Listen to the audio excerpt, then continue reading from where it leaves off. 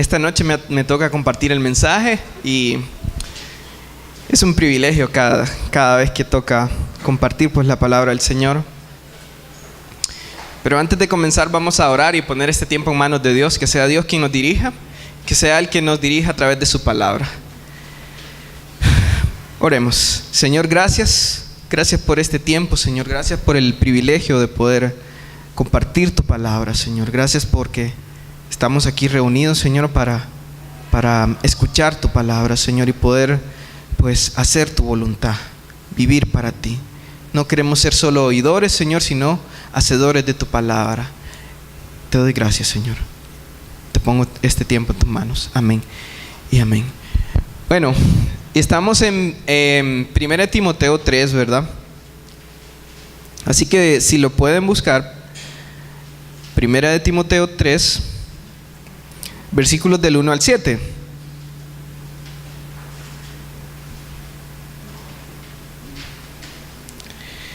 Entonces, 1 Timoteo 3, versículos del 1 al 7. Y al hacer, el tema, el título del mensaje es requisitos de un siervo de Dios, ¿verdad? Para servir a Dios. Entonces, vamos a leer del 1 al 7. Dice, palabra fiel, dice, si alguno anhela obispado, dice, buena obra desea. Pero es necesario, dice, que el obispo sea irreprensible, dice, marido de una sola mujer, sobrio, prudente, decoroso, hospedador, apto para enseñar, dice, no dado al vino, no pendenciero, no codicioso de ganancias deshonestas, sino amable, apacible, no avaro, que gobierne bien su casa, que tenga a sus hijos en sujeción con toda honestidad, dice, pues el que no sabe gobernar su propia casa, dice, ¿cómo cuidará de la iglesia de Dios? No un neófito, no sea que envaneciéndose caiga en la condenación del diablo. También es necesario que tenga buen testimonio de los de afuera, para que no caiga en descrédito y en lazo del diablo. Entonces, solo para entrar, antes de entrar al tema, pues ustedes saben que en el mundo actual, bueno, en la sociedad, aquí en nuestra sociedad también, pues vemos un montón de cosas que están desordenadas. Por ejemplo, vemos matrimonios que están, entre los esposos se pierden el respeto, ¿verdad? Vemos hijos que no obedecen a sus padres, ¿verdad? Eso es común, y que no los honran también. Vemos, por ejemplo, en la política, vemos el resultado, un desorden en todo, por no tomar la palabra de Dios, por no buscar a Dios. Entonces, vemos una serie de cosas que están en desorden, ¿verdad? Entonces, también en la iglesia ha sucedido también este desorden, ¿verdad? En la iglesia se ha dado, pues Dios nos ha dejado sus lineamientos, Dios nos ha dejado su palabra, ¿verdad? Para poder que haya orden, porque Dios es un Dios de orden. Entonces, vamos a ver qué Dios nos dice en su palabra, ¿verdad? Para poder ver el orden que Dios ha establecido, ¿verdad? Y pues esto tiene que ver más con respecto al hombre, ¿verdad? Esta enseñanza tiene que ver más con nosotros, con los hombres. Más adelante se va a estar hablando acerca de la mujer, pero esto tiene que ver más con la responsabilidad del hombre.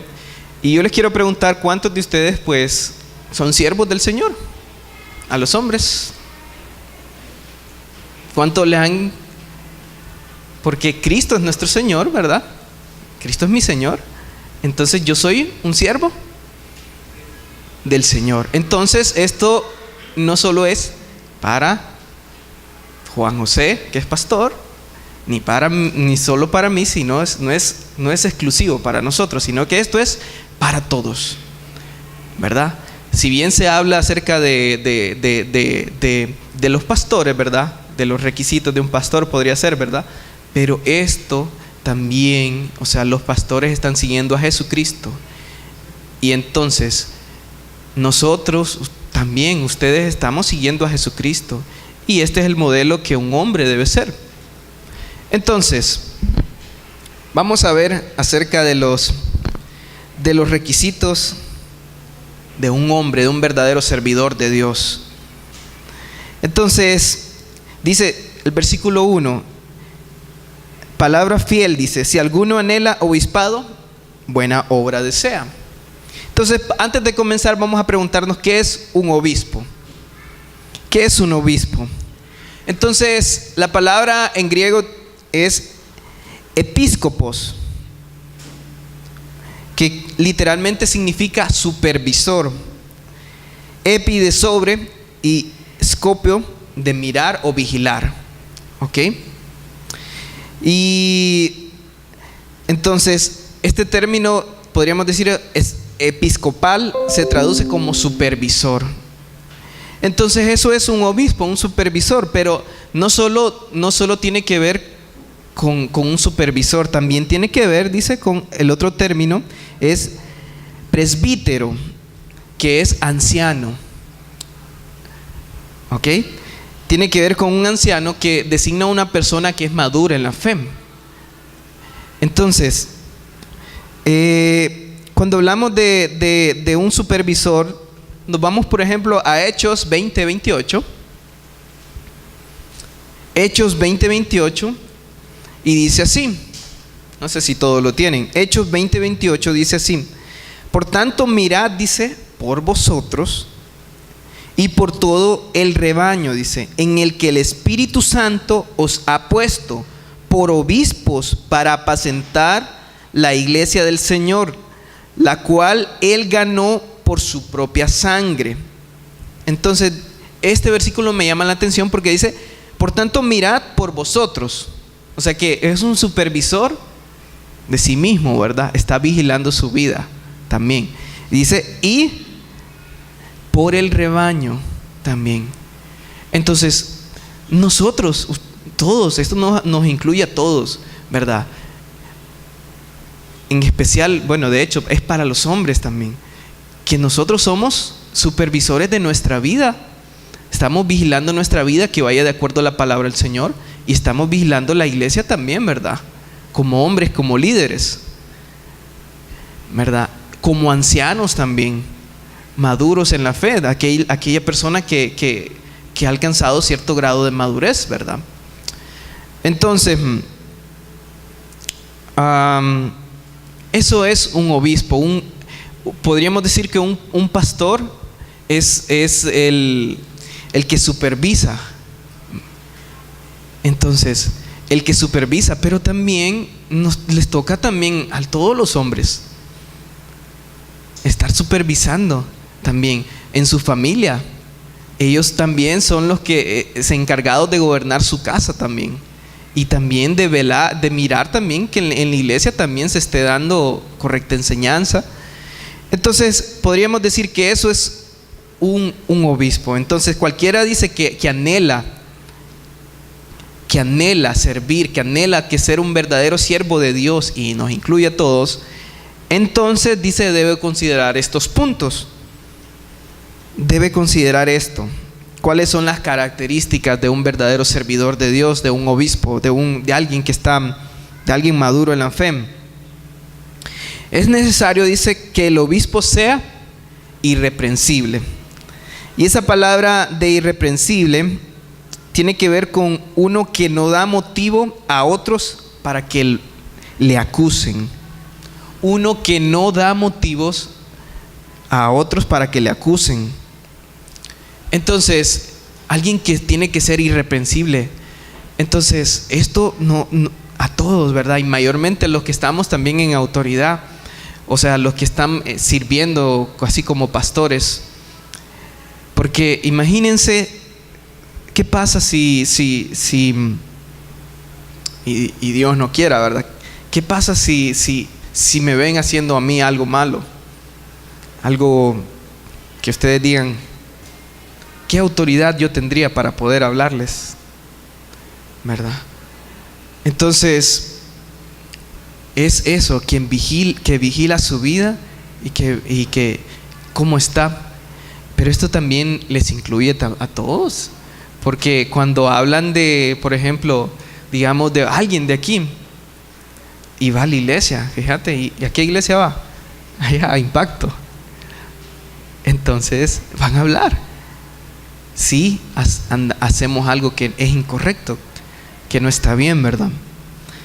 Entonces, alguien irreprensible, uno que no da motivo a otros para que le acusen, uno que vive de acuerdo con la palabra de Dios, uno que tiene que ser, uno que es ejemplo a los demás.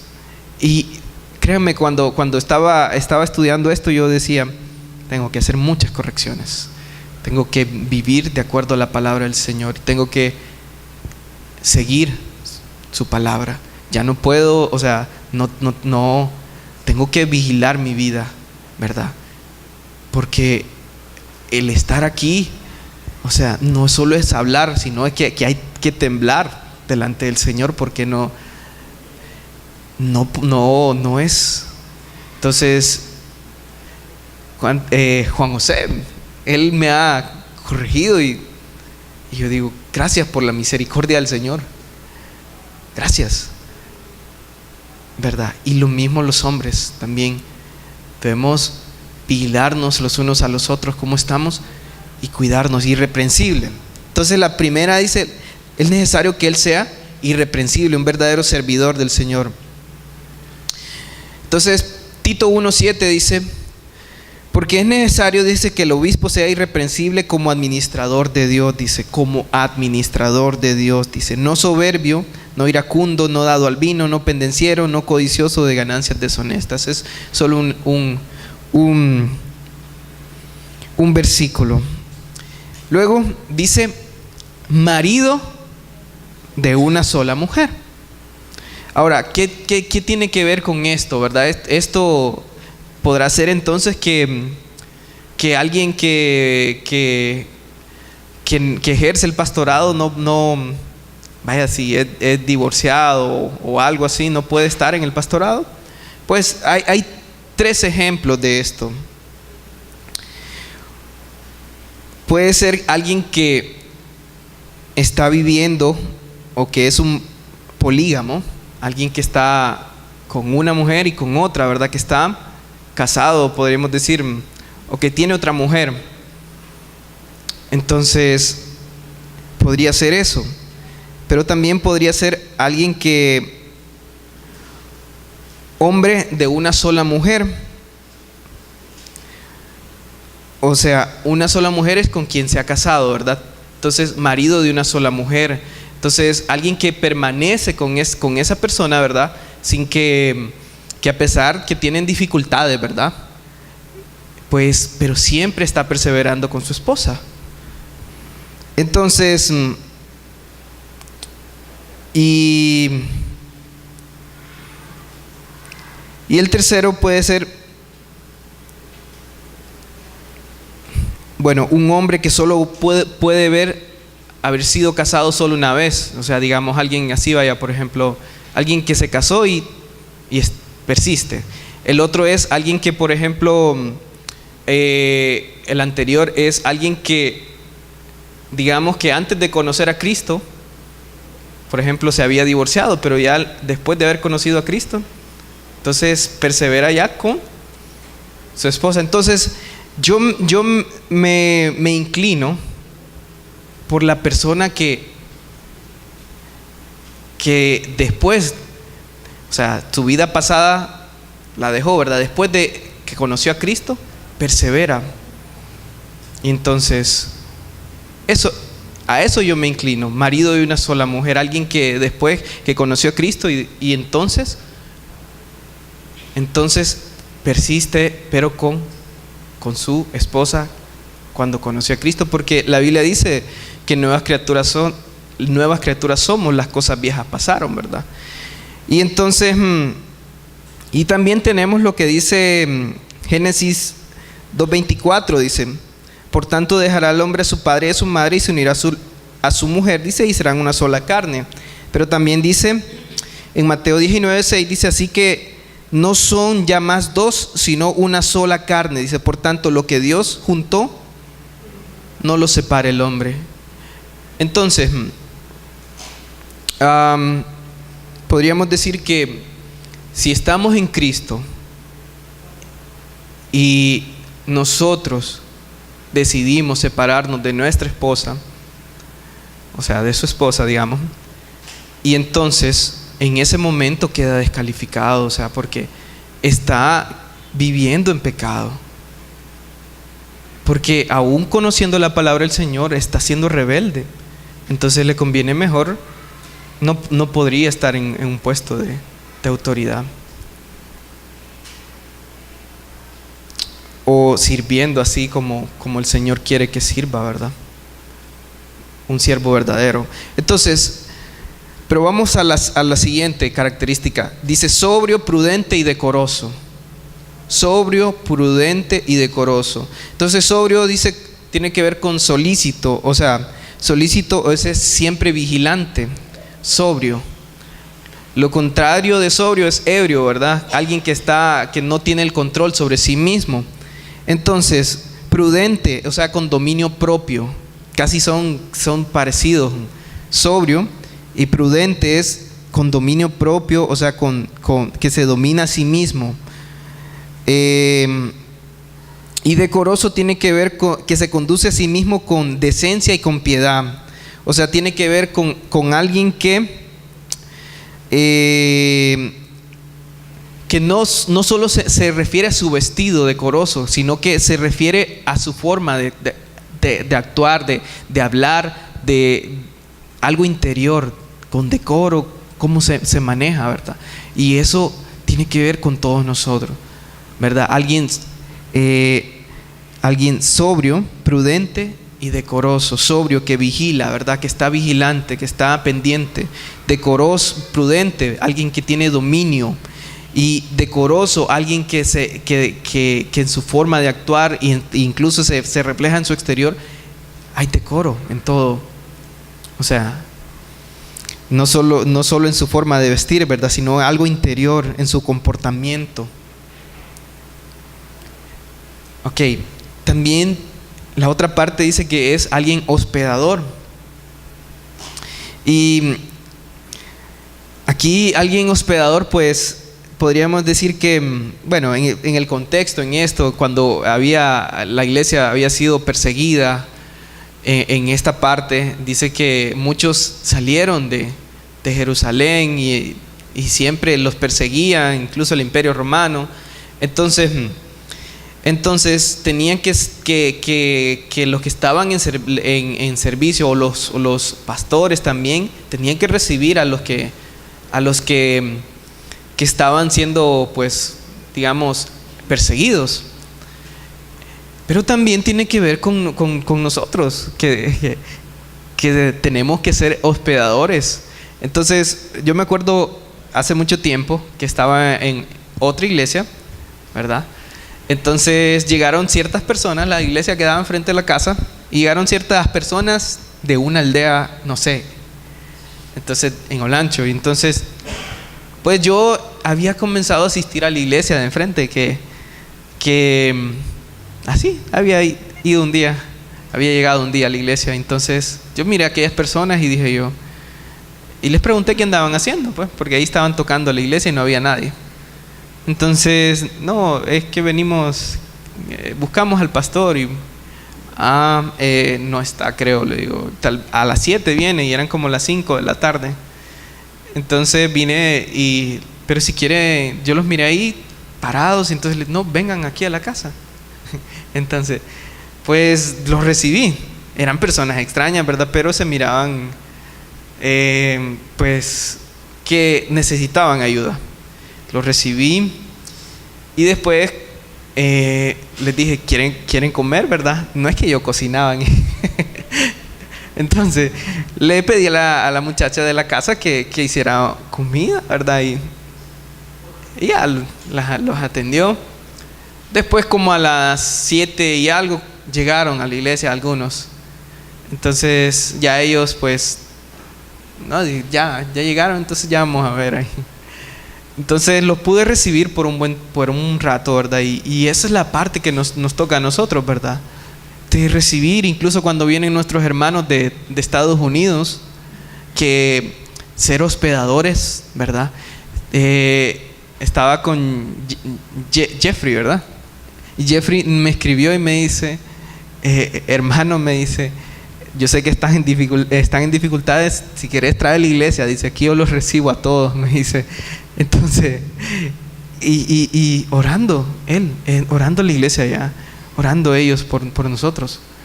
Entonces, ¿cómo no vamos a hospedar? O sea, si somos hermanos, ¿cómo no vamos a tener eso? Y cuando digo esto, tengo que verme también. Y tengo que ver también, mi casa tiene que estar ordenada para poder recibir a estas personas. Y de hecho yo ya comencé haciendo todos estos cambios, digo yo. Entonces los días libres yo ya sé que son para limpieza de mi casa, para cuando llegue alguien y poder tener, ¿no? Y eso es corregir. Tengo que aprender con estas cosas. 1 Pedro 4:9 dice, hospedaos los unos a los otros sin murmuraciones. Pedro lo dice, ¿verdad? Ok, apto para enseñar, dice. No basta solo con tener conocimiento, sino también va acompañado de que tiene talento para enseñar, ¿verdad? Que también vive eso, ¿verdad?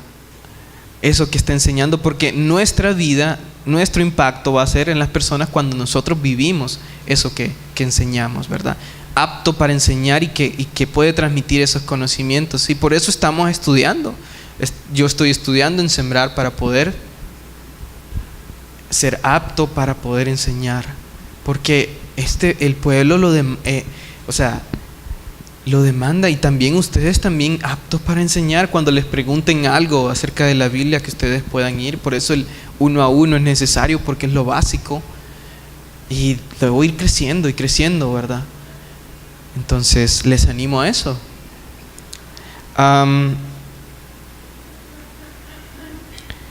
Bueno, apto para enseñar, dice. Después dice no dado al vino. No dado al vino. Y buscando esto de no dado al vino, y estaba buscando ahí en el diccionario, decía, es algo, pero yo no lo encontré ahí, y dice que no sea un borrachín, dice. Decía la definición, y yo me daba risa, ¿verdad? Pero tiene que ser alguien que no tiene este vicio, ¿verdad? Alguien que no es dado al vino, y que ¿qué pasa cuando una persona toma? Primeramente, bueno, en 1 Corintios habla acerca de que si tú, cuando comes carne, hablaba acerca de la carne sacrificada a los ídolos, decía de que si tú, dice, comiendo carne, dice, haces caer a tu hermano, okay, por su fe que es débil, entonces dice, estás pecando. Entonces, no dado al vino, debemos dar testimonio en esta parte. No dado al vino tiene que ser alguien que no toma, que no es alguien que... Entonces, ¿qué pasa cuando una persona toma? Con el tiempo empieza a hablar, a ser violento algunas veces. Incluso empieza a hablar cosas que no, ¿verdad? Cosas que no hablaría en sus sentidos, en sus 5 sentidos. Entonces, no dado al vino. Y solo para decirles, miremos 1 Corintios 6:10, dice.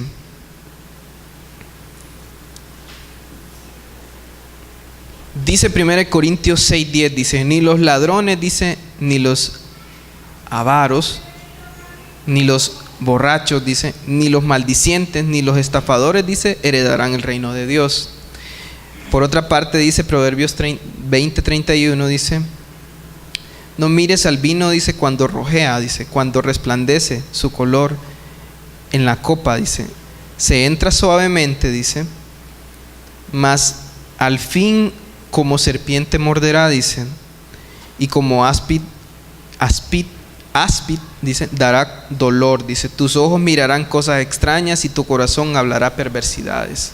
Entonces una persona que es dada al vino, ya puede ser, yo creo que alguien que es pastor no podría, porque está siendo de mal testimonio.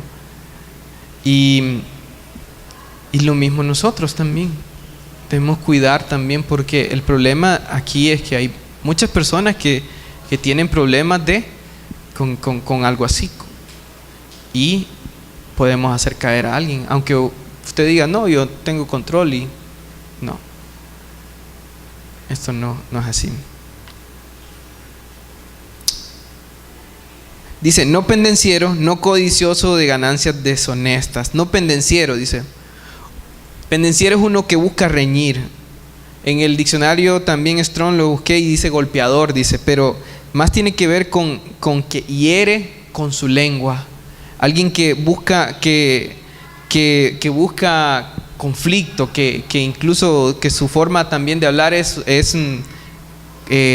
golpea o busca contender. Una vez conocí a alguien, un amigo, lo estuvimos tratando de discipular, pero siempre buscaba el conflicto, siempre buscaba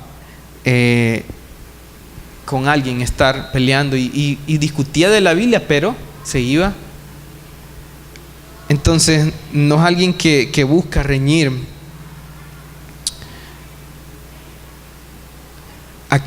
Son aquellas personas que hacen muchas amenazas y que son de temperamento conflictivo.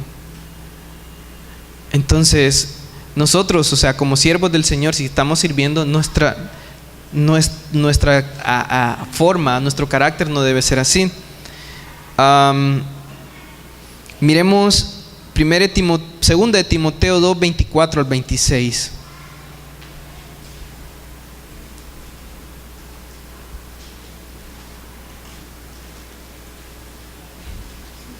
Dice, porque el siervo del Señor, dice, no debe ser contencioso, ¿okay? No debe buscar el conflicto, sino amable para con todos, dice, apto para enseñar, sufrido, que con mansedumbre corrija a los que se oponen, dice, por si quizá Dios les conceda que se arrepientan para conocer la verdad. Que con mansedumbre, con una actitud mansa. Dice, ok. También habla acerca, bueno, no pendenciero, no codicioso de ganancias deshonestas. Entonces, codiciosos son aquellos que desean enriquecerse, que desean que por buscar el lucro, por buscar. Imagínense, bueno, ¿y cuánto no hemos visto aquí en la actualidad? Personas que por lucrarse han caído en la mentira de Satanás, han buscado más el dinero y no servir, o sea, no cuidar al rebaño del Señor, sino que más bien han caído en la mentira de Satanás. Entonces, aquel que desea hacerse rico, entonces va a hacer las cosas que, ¿de dónde va a sacar? Si no, va a pedir, va a estar diciendo mentiras y va a engañar a las ovejas, va a engañar, va a vender incluso la palabra del Señor. Va a decir, pues traigan, el Señor les va a dar más. Entonces, no es eso.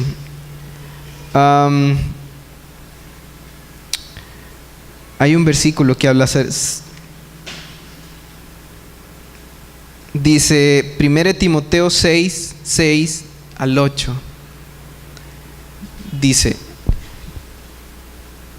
Dice, pero gran ganancia es la piedad, dice, acompañada de contentamiento. Porque nada hemos traído, dice, a este mundo, y sin duda nada podremos sacar, dice. Así que teniendo sustento y abrigo, estemos contentos, dice. Y Tito 1:7 dice, porque es necesario que el obispo sea irreprensible como administrador de Dios. Él está administrando. Entonces no está aquí para obtener ganancias, está aquí sirviendo, administrando lo que es del Señor, cuidando las ovejas, supervisando. Y también ustedes como siervos también son administradores. Entonces, no soberbio, dice, no iracundo. Tito 1:7 dice, no soberbio, no iracundo, no dado al vino, dice, no pendenciero, no codicioso de ganancias deshonestas.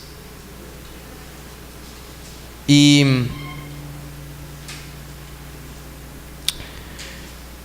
pero miremos 1 Timoteo 6:9 también dice, porque los que quieren enriquecerse, dice, caen en tentación y lazo y en muchas codicias, dicen, necias y dañosas, dicen, que hunden a los hombres en destrucción y perdición, dice. Y el 1 Timoteo 6:10 que dice, porque raíz de todos los males es el amor al dinero, el cual codiciando algunos se extraviaron, dice, de la fe y fueron traspasados por muchos dolores. Entonces no estamos aquí para codiciar dinero, no estamos aquí sino para administrar lo que es del Señor, es suyo, y tarde o temprano Dios nos va a pedir cuentas. Entonces con sustento y con abrigo estemos contentos. Si Dios quiere enriquecer a una persona, ¿verdad?, darle muchas cosas, pero también sabiendo de que eso es del Señor. Y cuando estamos sirviendo al Señor, a Él, lo estamos haciendo para su reino, para ganar a otras personas. Y ustedes también, ¿verdad? Por ejemplo, decimos muchas veces, no, empezamos a comprar cosas, empezamos a esto y aquello, y somos derrochadores, lo digo, y me evalúo también a mí, y digo, ¿y por qué no cuando ya toca dar al Señor o cuando ya toca invertir en una persona, no tengo? Porque he derrochado mucho. Entonces, todo le pertenece al Señor, ¿verdad? Y dice que tiene que ser amable. Entonces, la persona que es, dice, no pendenciero, dice, o sea, tiene que ser amable, dice. Entonces, una persona amable es aquella que soporta las injurias, o sea, soporta los insultos, ¿verdad?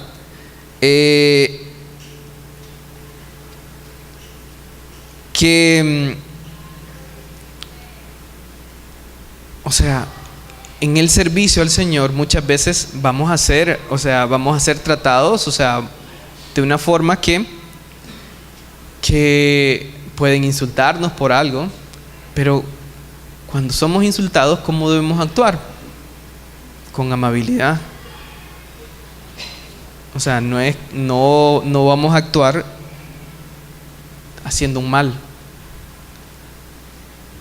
Entonces, que pasa por alto los insultos, que perdona.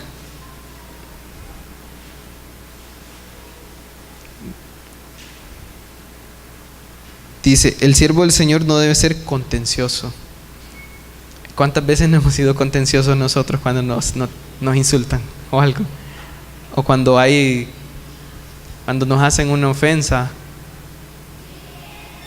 Entonces, esto es para todos, ¿verdad? Tenemos que actuar con amabilidad, ¿verdad? Con respeto por las demás personas, ¿verdad? No como se merecen, sino como yo quisiera ser tratado. También dice que gobierne bien su casa. Aquel que no sabe gobernar su familia, dice, no será idóneo para gobernar la iglesia. Te lo voy a poner así. que gobierne bien su casa, dice, y que tenga a sus hijos en sujeción con toda honestidad. Mi testimonio, o sea, mi primer ministerio debe ser mi hogar. ¿Cómo yo voy a predicar de la familia y mi familia está descuidada? ¿Cuál es mi primer ministerio? ¿Cuál es mi testimonio? ¿No debe ser mi hogar? ¿A quién debo dar prioridad? ¿A quién debo cuidar yo? ¿No son a mis hijos? Si Dios me da ese privilegio, ese regalo.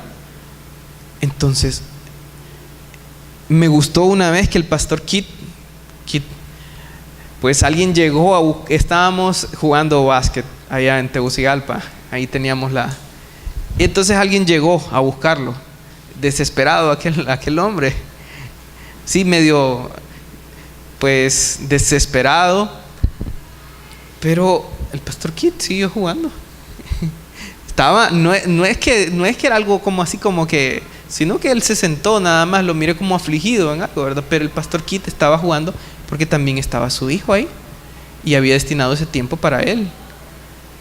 Cuando terminó de jugar, porque no era una emergencia así de 24 tampoco, sino que él se sentía así como, pero él ya había arreglado, o sea, con su hijo, compartir ese tiempo.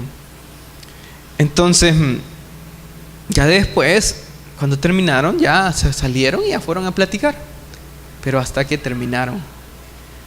Entonces, porque muchas veces no es que son así como emergencias sino,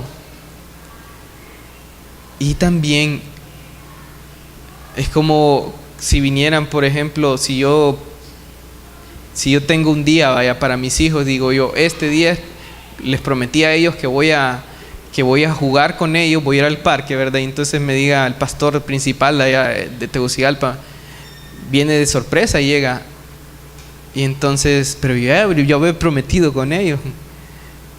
Entonces, después que yo termine, que cumpla con mis hijos, puedo ir a recibir al pastor, no antes. No puedo, porque es mi principal ministerio, es mi familia. Y es cierto, y esto lo sostengo porque sí es. Entonces, que gobierne bien su casa, que tenga a sus hijos en sujeción con toda honestidad. Mi principal ministerio es eso. Entonces, gobernar mi familia, o sea, que mis hijos estén. No puedo elegir, vaya, por ejemplo, todos tienen, o sea, vaya, si mis hijos no han recibido a Cristo Jesús como su Señor y Salvador, pero yo les voy a estorbar en su pecado y siempre les voy a compartir y voy a cumplir mi parte, lo que me toca, ¿verdad? Si a ellos no deciden recibir a Cristo Jesús, pero yo cumplí, ¿verdad? Y que ellos también obedezcan, ¿verdad? Que tengan esa obediencia como normal. Pero no es que los hijos del pastor van a ser como, no van a cometer nada malo, pues. O sea, si van a equivocar como hijos. Entonces, y solo me acordé de un caso en el Antiguo Testamento que habla acerca del sacerdote Elí. Y el sacerdote Elí pues tenía 2 hijos, ¿verdad? 2 hijos que eran increíblemente de mala fama. Tanto así que incluso dormían con las mujeres que estaban ahí a la puerta del templo. Entonces, el sacerdote Elí no era un padre que les estorbó en su pecado. Entonces Dios trató con él, con el sacerdote y con los hijos. Y de hecho Dios se los llevó. Entonces, nuestra labor es estorbar a nuestros hijos, o sea, en el pecado, ¿verdad? Corregirlos y orar por ellos para que Dios puedan conocer a Cristo Jesús como su Señor y Salvador, ¿verdad? Pero también, o sea, no es que van a ser perfectos, ¿verdad? No es que no se van a equivocar como un niño normal. Entonces, igual también para ustedes, también esto es para todos los que tienen a sus hijos, que gobierne bien su casa. Porque dice, el que no sabe gobernar su casa, dice, ¿cómo va a gobernar? O sea, ¿cómo va a estar? ¿Cómo puede hablar aquí? ¿Cómo puede gobernar la iglesia? ¿Cómo puede ser alguien que esté aquí? Y eso es muy común. Tal vez pastores que están, bueno, yo tenía amigos que eran hijos de pastores y yo sé cómo es la situación y sé cómo ellos se comportaban. Entonces tengo que vigilar eso, tengo que aprender, y ojalá que el Señor nos ayude, ¿verdad? Y también para ustedes. Entonces dice que también no un neófito, o sea, no es alguien nuevo en la fe, no tiene que ser alguien nuevo en la fe. Entonces, una vez pues alguien nuevo en la fe, digamos, que está, por ejemplo, aquí, que viene a la iglesia y se convierte al Señor, ¿verdad? Y tiene aquel deseo de querer servir al Señor, ¿verdad? Pero y tal vez es alguien que tiene muchos talentos, tiene muchos dones, tiene un montón de características, y se le pone a los 6 meses aquí a predicar o algo. Entonces, como es alguien nuevo en la fe, se puede envanecer. Y entonces son algunas personas que empiezan a confiar en sus propios talentos y no dependen del Señor. Entonces tiene que pasar un cierto tiempo para que esta persona pueda, pues, realmente que su orgullo, que no tenga ese orgullo, ¿verdad? Que no sea atrevido, sino que sea cauteloso, que pueda verse a sí mismo como alguien que puede caer. Porque ¿qué pasa cuando una persona se enorgullece? Cae, porque empieza a confiar en sí mismo. Entonces, si no, miremos el ejemplo de Pedro, ¿verdad? Que Pedro era bien atrevido, y entonces en un momento el Señor le advertía y todo, ¿verdad? Y lo estuvo entrenando, ¿cuánto? 3 años, y aún así, lo mismo, nosotros tenemos que cuidarnos de no ser orgullosos y no ser temerosos, y no poner a alguien que sea nuevo en la fe a estar así, sino que debemos dejar un tiempo porque alguien que tiene talentos y que puede enorgullecerse y puede caer en, pues, también en condenación, dice, del diablo. Entonces, que tenga buen testimonio de los de afuera. Este punto me gustaba, que los de afuera son los que hablan de los que están, son los que dicen, uy, vas a ser pastor, pues está bueno, te gusta el dinero. entonces y tiene que tener buen testimonio de los de afuera. Entonces tiene que ser tenemos que nosotros, o sea, puede ser que hablen y todo, ¿verdad? Pero no podemos darles motivos. Tenemos que dar testimonio, y no es nosotros, también todos tenemos que dar buen testimonio. Entonces, para no caer en descrédito. Entonces esto les corresponde a los hombres, ¿verdad? Les corresponde a los hombres, y también, o sea, pues como líderes de su hogar, ¿verdad? De poder, de ser esta clase de siervos.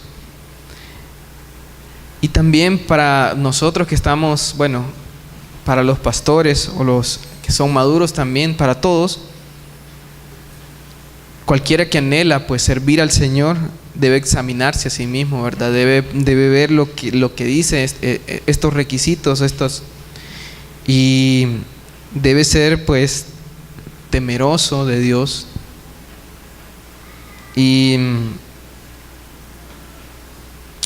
Pero hay algo que sí me gustó, que es 2 de Corintios 3:5, ya para terminar. Dice así: no que seamos, dice, competentes por nosotros mismos para pensar algo como de nosotros mismos, sino que nuestra competencia proviene de Dios. No es algo que nosotros lo vamos a hacer así como confiando en nuestras propias fuerzas, sino: Señor, ayúdame a ser un verdadero siervo tuyo, ayúdame a vivir para ti. Bueno, y esto es lo que quería compartir con ustedes. Vamos a orar para que Dios nos ayude siempre. Señor, gracias por todo, Señor, por compartir tu palabra, Señor. Te pido, Señor, que estos requisitos, que todas estas características, Señor, podamos verdaderamente, Señor, tenerlas en nuestra vida. Te lo pido, Señor, y para cada uno de nosotros, Señor, porque queremos servirte bien. En el nombre de Jesús, amén y amén.